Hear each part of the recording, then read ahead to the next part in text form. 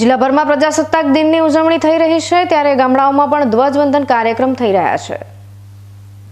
ડીસા તાલુકાની જેડા કેદારનગર પ્રાથમિક શાળાના ઉત્સાહી આચાર્ય મનીષાબેન પટેલ તેમજ સ્ટાફ દ્વારા 26 જાન્યુઆરીના પ્રજાસત્તાક દિનના અવસરે શાળાના વિદ્યાર્થીઓ દ્વારા સુંદર સાંસ્કૃતિક કાર્યક્રમ કરવામાં આવ્યા હતા। તેમજ શાળાના આચાર્ય અને શિક્ષકો દ્વારા ધ્વજવંદન કરીને સલામી આપવામાં આવી હતી। આ કાર્યક્રમમાં બહોળી સંખ્યામાં ગ્રામજનો જોડાયા હતા।